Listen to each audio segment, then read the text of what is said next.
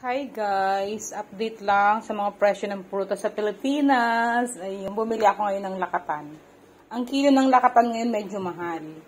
So, ang kilo ng lakatan ngayon ay 85. Ayan guys. So, ito, sabi ko kay madam, konti lang madam kasi, ako lang naman ang kumakain. Bawal naman si Sasha ng saging. Binagbawal sa kanya ni doktora.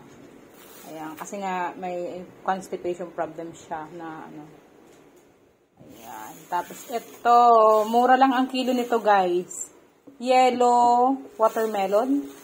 Ang kilo nito ay 45 lang sa Balintawak ko, 'di ba? I just only pay 77 pesos for this. Ayan. And then sa grapes, fresh grapes. Very very fresh from the farm. Char. Ayan. Ang kilo ng grapes ngayon ay ito lang kilo to. Ito binayad ko lang nito. Ano guys eh. 100 lang eh. So, wala tong 1 kilo. Pakiramdam ko. 100 pesos lang yan. Hindi yan tinimbang. Nakapack na yan. Kaya hindi ko alam yung timbang. And then I bought honey from Baler Aurora. I just pay 100. This is only 80 pesos. Okay?